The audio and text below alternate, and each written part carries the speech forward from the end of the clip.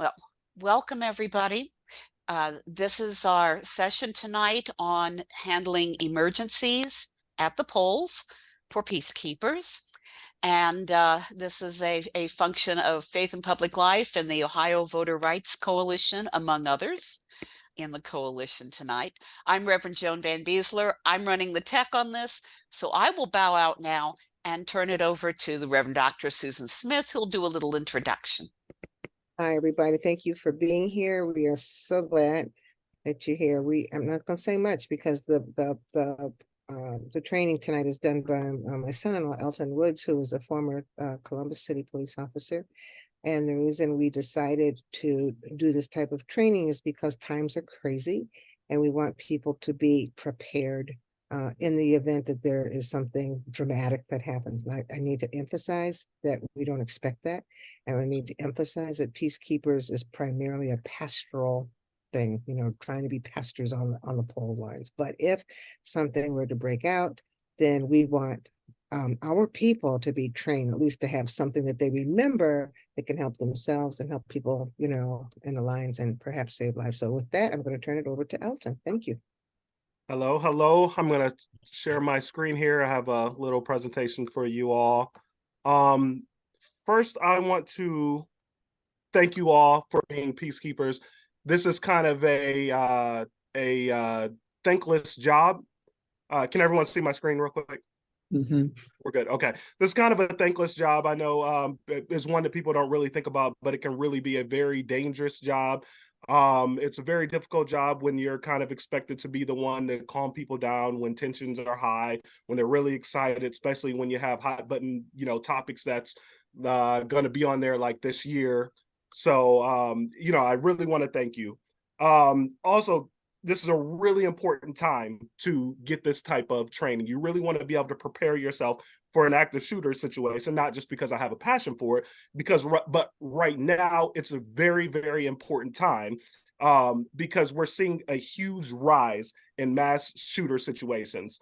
I know people say that is worse now than it ever is, but when we say this for mass shooters and active shooter situations, we actually mean that it actually is as high as it's ever been before. Also, like I said, it's high political tensions right now. And because of the hot button topics that we have on the ballot this year, there's, a heightened opportunity for people to come out and do dangerous things. A lot of times people feel like it is their job or their duty to make sure that either God's will is being, is being carried out, or that we are protecting our Constitution. So right now, it's very important that we prepare ourselves for this.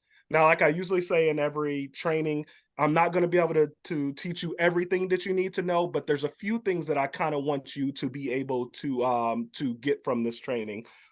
First, I kind of want you to know what the current trends are in mass shootings. I'm going to show you some numbers to show you that it really is an epidemic right now. It's it's worse than it's ever been before. So we have to be diligent. We have to keep our eyes open. I also want you to be able to recognize and understand the warning signs. I'm going to give you all some a list of things to look out for. But most importantly, I want you to learn one or two things. Hopefully you can learn and remember everything, but at least take one or two things that you can take with you if you find yourself in an active shooter situation.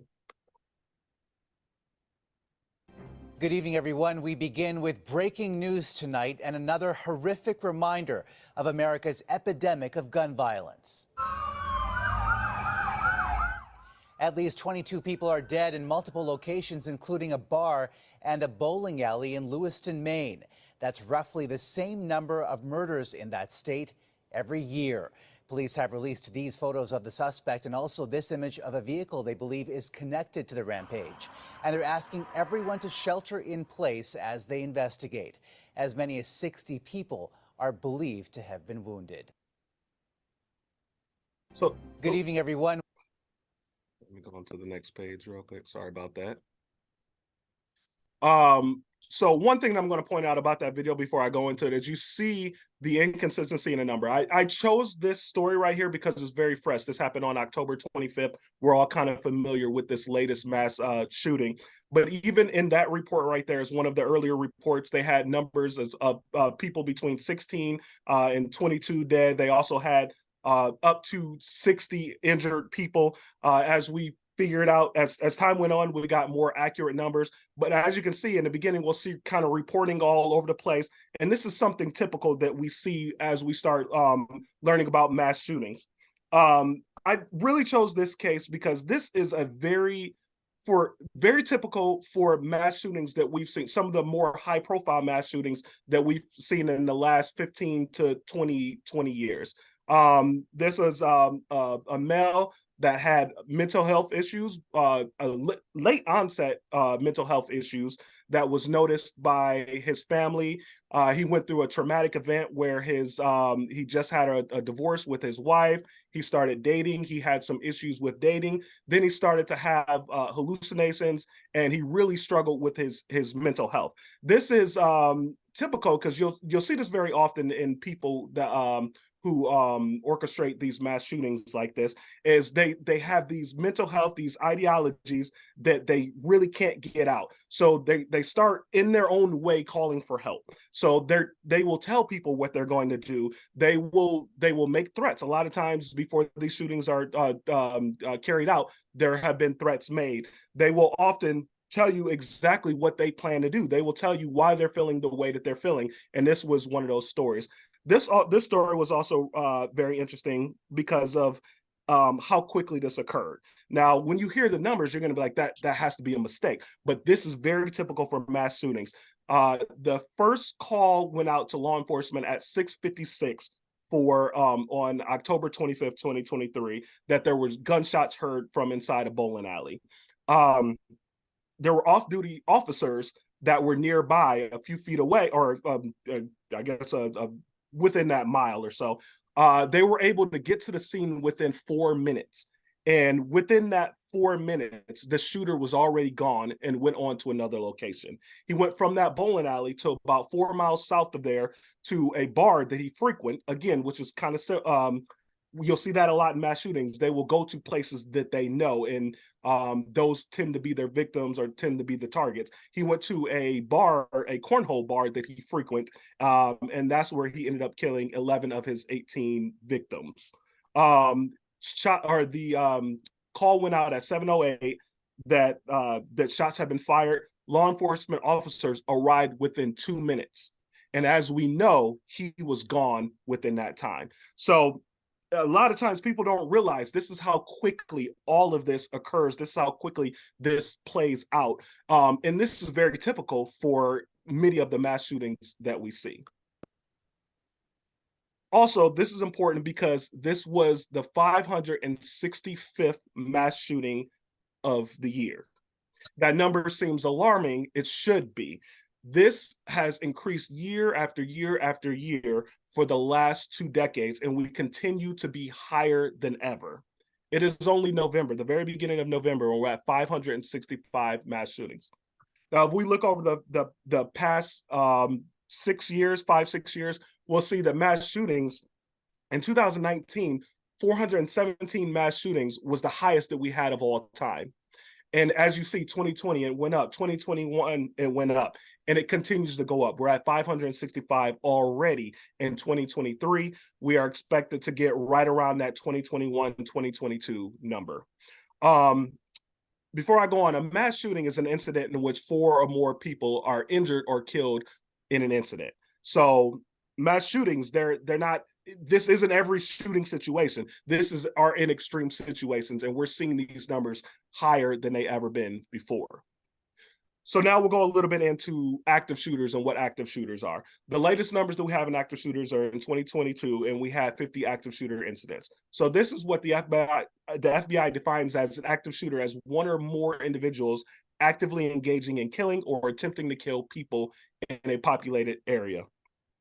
So these are 2 of the charts that you'll see that kind of, brings it into context. how bad this epidemic is right now with gun violence and mass shootings and active shooter incidents in our country. As in 2020 or in 2014, at only 273 mass shootings, that was the highest that we had ever had seen at that time. And look how much it has increased just in this short amount of time in 2021, when we're up to 690 mass shootings. So when we're out there, we're on the polls, this is things that you want to start thinking about. Yes, it's rare that this happens, but it's on the rise. It can happen, especially with the political climate that we're in right now. This definitely, could happen to any one of us. This is just some of the recent high-profile mass shootings that we've seen. We all know about the Robb Elementary Uvalde situation, which has some similarities to this recent one in Lewiston, Maine, where the gunman targeted youth at the bowling alley. They were actually in a youth bowling league when he opened fire. So we see similarities with that. We also see similarities from the Atlanta spa shooting, from where he went to multiple locations, just like in that shooting in 2021. So I always say this, there's no harm in hoping for the best. Most likely everything's going to be okay, but we want to make sure that we prepare for the worst situations. So how can we identify a potential threat?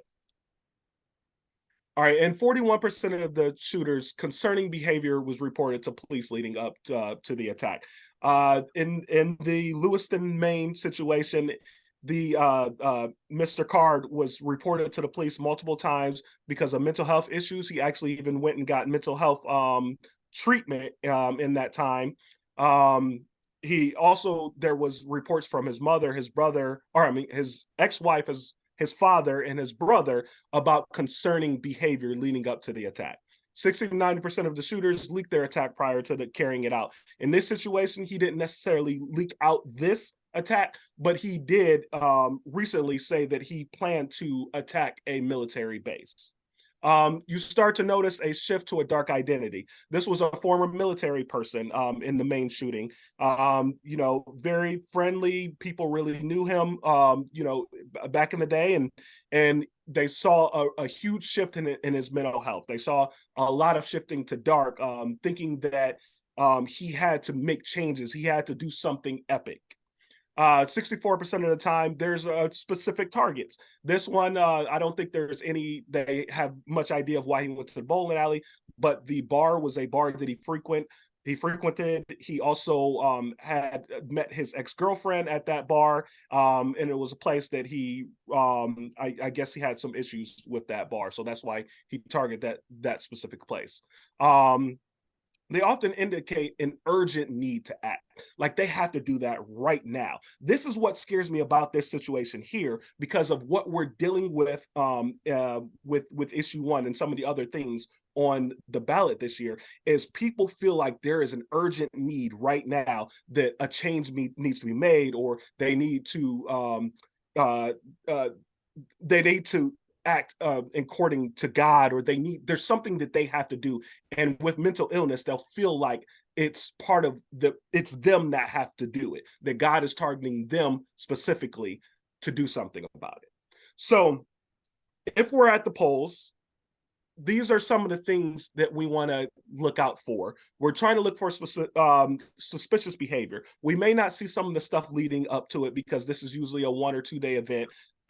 So we want to try to look at things that we can notice when we're there, when we're actually in the moment. So we want to look at, definitely, if we get some kind of express or implied threat, we want to make sure that we are that we're aware of that and we're acting accordingly.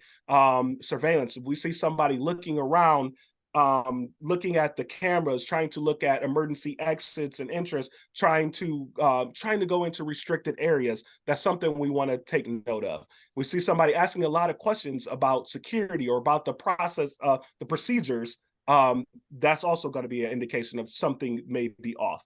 A person just kind of loitering around or staring, looking really nervous. This is something huge that they're getting ready to carry out. If you see somebody looking nervous, that's something that you may want to address. If you're the type of person that wants to go up and talk to them, do that. If you want to contact legal authorities, you can do that as well.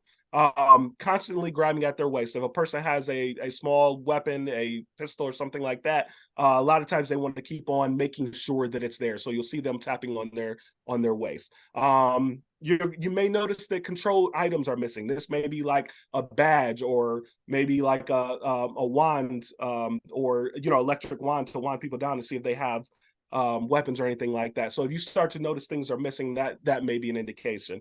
If somebody is wearing a uniform that should not be wearing a uniform, that's again something that you want to take note of. So also keep an eye out for lots of commotion, running, screaming, suspicious vehicles. If you see a lot going on, a lot of panic, you don't want to waste time. You want to take action at that time. With the suspicious vehicles, what you want to look for is you want to look for maybe broken windows that indicate that this may be a stolen vehicle. You want to look for no license plates, or even license plates that you may see in that vehicle. So if they have a license plate in the vehicle, they may not want to get caught, so they're trying to hide the identification of that car. Also, a lot of them may be going to different locations. So you may see bags of weapons or chemicals or something like that in their vehicles. So the FBI, what they recommend is if you find yourself in an active shooter situation, you want to remember these three things. You want to run, hide, or fight. Now, they say not necessarily in this order, but if you can, this is the best thing that you can do, is do it in this order.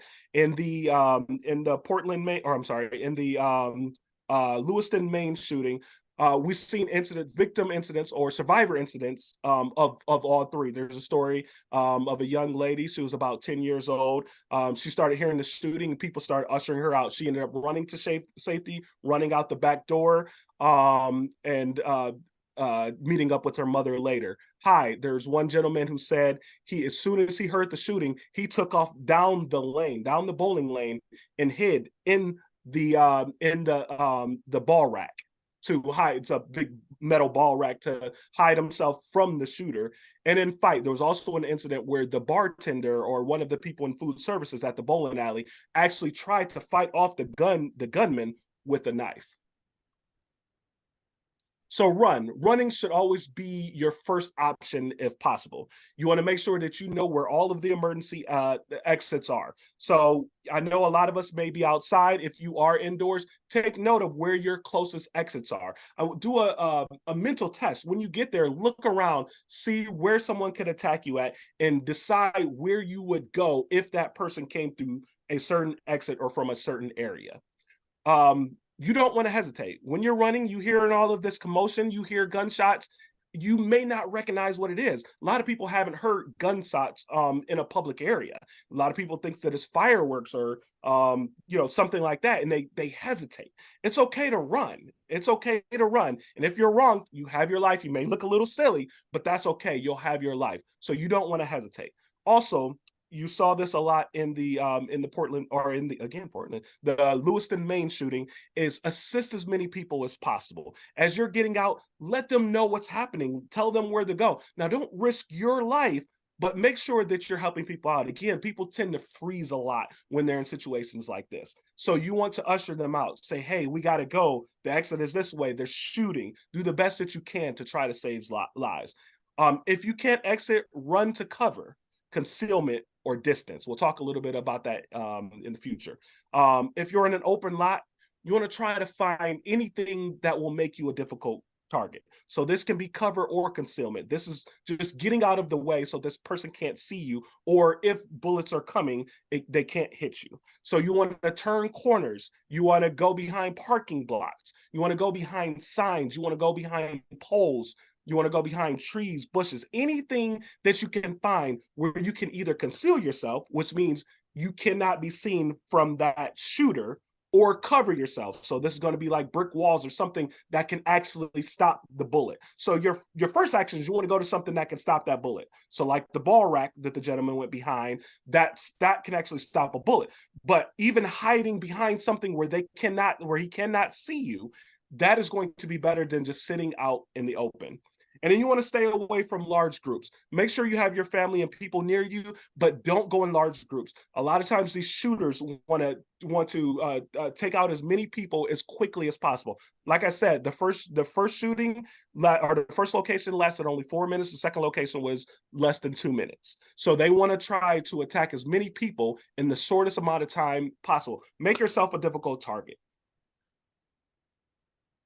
So when you're hiding, like I said, cover versus concealment. Cover is going to be if behind some type of brick wall, behind something that can conceal the bullet. If you are in a parking lot, vehicles, they are both cover and concealment. If you want to get behind the engine block of a vehicle, if you want to be covered, all the other parts of the vehicle tend to not be cover, they tend to only be concealment, but get to whatever you can get to. Try to stay low. Your number one thing is to gain as much distance as possible. If that person is near you, you want to try to stay low and just make small bounds to try to get as far away as possible from this gunman. Again, they're usually trying to attack really, really quickly and get it over with quickly. So if you are a difficult target for them, they are usually moving on to an easier target. So again, dumpsters, large blocks, even large bodies of water can stop and slow down a bullet. So if you're a swimmer and you find a large body of water, it may be your best option to try to jump into that. So if you are indoors, what you want to do is you want to lock all the doors immediately. If you see that there's an active shooter situation, lock the doors immediately, whether it's the building you're in or whether it's the room you're in. You want to do that. You want to start to cover the windows. You want to block those doors with heavy objects, whether it's desks or drawers or whatever you can, heavy objects. Try to block that door so that person cannot get in there. You want to turn off all of the lights. Usually, again, if they're not sure if you're in there or not, they're not going to take the time to try to get in there. They want to try to make it, again, they want to try to attack as quickly as possible. So if you make yourself a difficult target, they're not going to want to put in the effort for that. So make sure you keep everyone inside that room. Try to keep them calm. You don't want them running in and out, giving away your location. You want to silence everything. You even want to silence your cell phones. If you want to contact the police, you can text 911 and tell them the emergency. When you are contacting the police, make sure you give them as much information about the shooter as you can. If you know the person, give them the person's name, as much information about that person that you know, what they're wearing, what type of weapon they have, how many weapons they have, how many perpetrators that there may be. And then again, you want to assist anyone, especially if there's people with special needs, people in wheelchairs, something like that. Try to assist them the best that you can. And then stay there until you know for sure that the situation is over. Somebody will get in, whether it's a police officer, a firefighter. If you want to sit there all day, you still have your life. So if it was me, I would stay as long as I can. So fighting should be your last resort. Most of us are not trained. Even me being trained, I'm not going to fight unless I have absolutely no other option. So when if you're in a situation where you're hid in a room or hidden in an area, this is when you want to start scanning the room to see what kind of objects you can use as a weapon. So you want to look for dense, blunt objects, sharp objects, scissors, knives, pins, bricks, bats, anything that will work, that can slow this person down, that can startle this person, or can stop this person from attacking you. A lot of time, this person is not thinking that you're going to put up a fight. So it would throw this person off guard if you actually do make a plan for attack and actually attack them. If you have to attack, try to attack with as many people as possible. Now, they may have a weapon, but you have the numbers. Make a plan. Hopefully you don't have to use that plan, but when you're in a group, when there's people in that room, decide what you're going to do if that person comes into that room. And if that person does come into the room, you want to go for the sensitive areas. You want to go for the eyes, you want to go for the ears, the nose, the groin, the neck. Try to attack different areas at the same time. So somebody low, somebody mid, somebody at the top. all at the same time, to try it. And then you want to try to get that weapon away from them. I know that sounds really scary, but if you get that weapon, you have controlled the situation. Again, we're not trained. This is the last resort. But if you are in a situation where you can make a plan, where you have people in the area with you that you know, are competent or are able to go after the weapon, you want to make that plan and you want to go for that.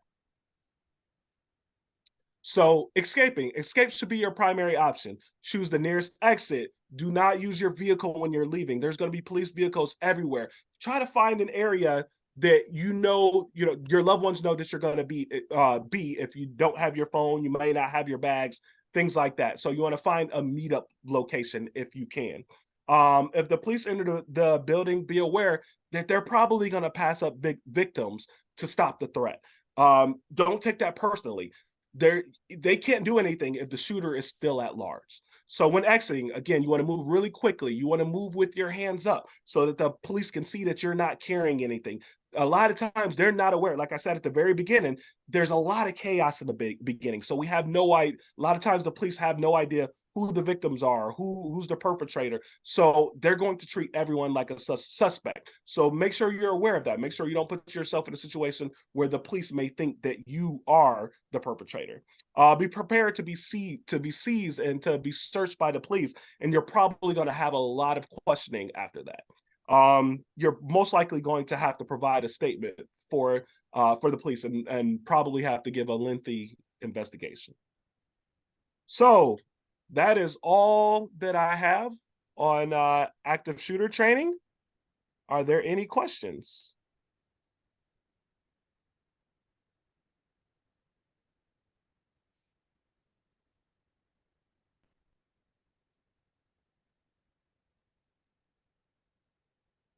Are we there?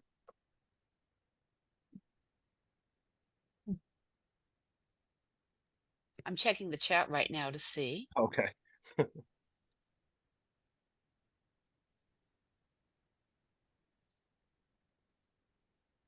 I'm not seeing anything yet. Susan, you're muted. Jeez. All right. So anyway, you see your question there. So you see the answer that I gave, but Alton and Joan, how would you change or alter or, change the answer I gave her?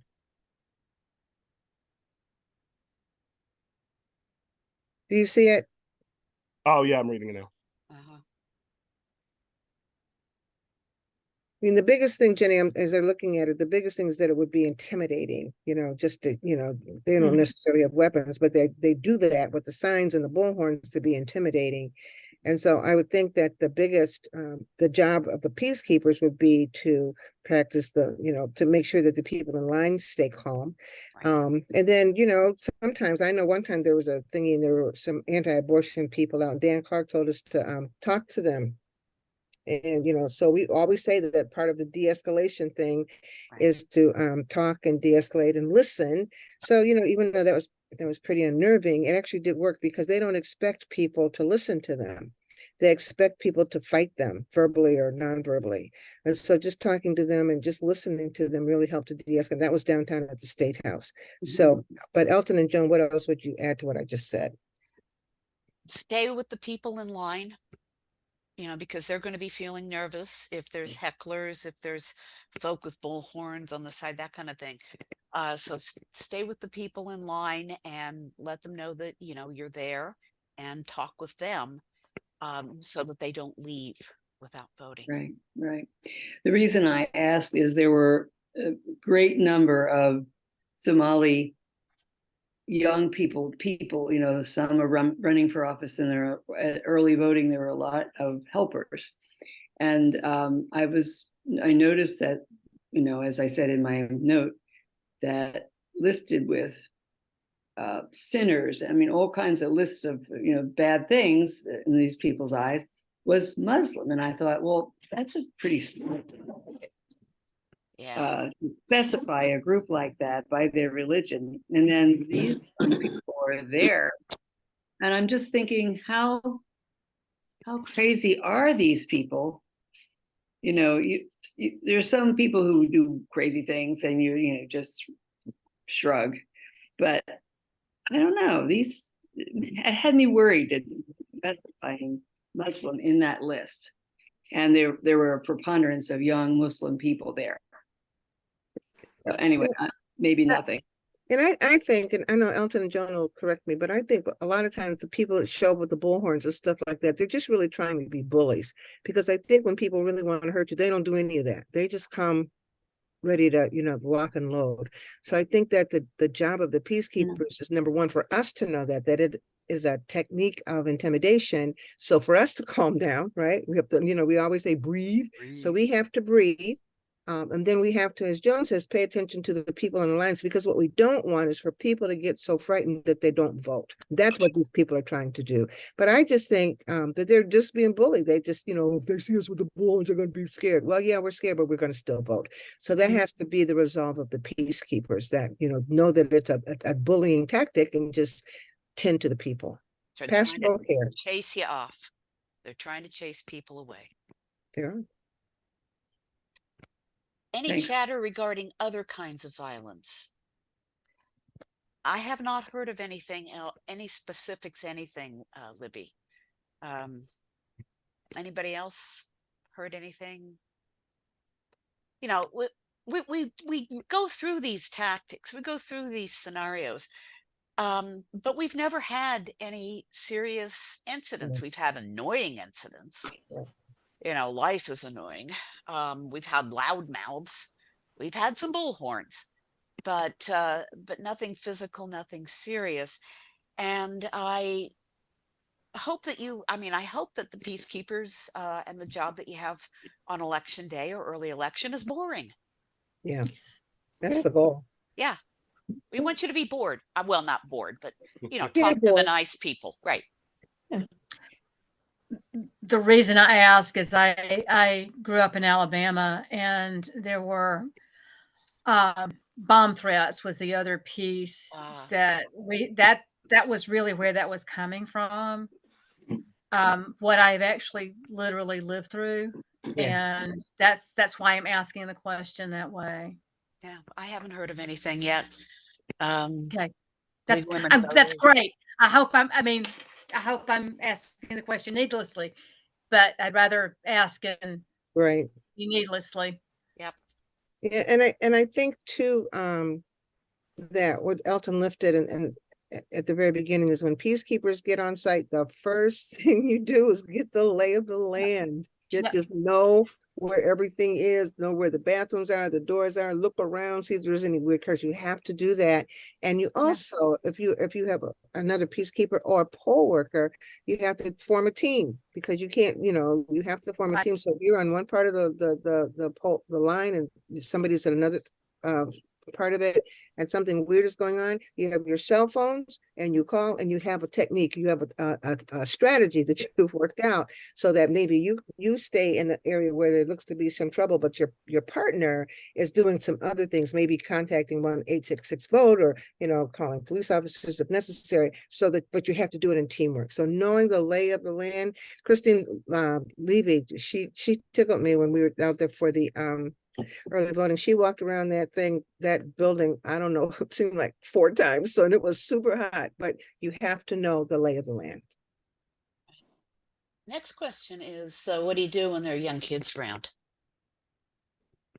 So in a situation like that, we actually saw this again at the Lewiston Maine shooting, is you usher them out, give them clear directions, pulling them, tell them, let's go, let's run, show them to the exits. Another thing that you could also do is if they are your children, for some reason they're in that area, is you explain to them what to do if something were to happen. So make sure that they are prepared in that situation before anything ever comes up. But it's difficult when you're dealing with children, when you're dealing with elderly, or you're dealing with disabled people. You just have to try the best that you can to try to get them out. Know where those exits are. Be prepared for it if a situation like that comes up. Or at the polling place, when you're doing your observation as you get there, like when Chris was circumnavigating the location, Look for those places where you can direct people towards if something happens, right? Mhm. Go over there, go over there. Yeah. And the other thing that we do is we talk to the people in line so they know who we are. I forgot to mention that we talk to people along the line so that if something is kind of bubbling and we want to get people's attention, they'll know who we are and that we're not some just yo blow. I mean, we'll have the little hats on and the pins and all of that, but it helps for them to know our presence. So talking to people, laughing, talking, I think that's very important. Yeah. Be with them. Be with the voters. Other questions?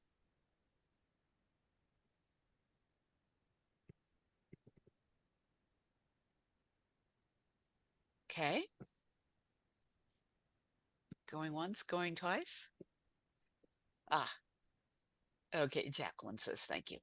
I mean, we don't do this to scare you guys, but we want you to have this knowledge in the back of your heads just in case you see something or something looks a little fishy and give it a call, get another peacekeeper, call the 866 our vote, be observant. Be observant is the very first law of pastoral care and peacekeeping. And Jenny's got a question. Yeah, I don't mean to talk so much, but we do have an open carry state, which means that we very well may see some weapons. I've seen plenty of weapons at protests. Yeah. Especially the anti-gun protests where they parade around with their AK-47s around us. Yeah. So what is if we do see people like that, are they allowed near polling places? Alton?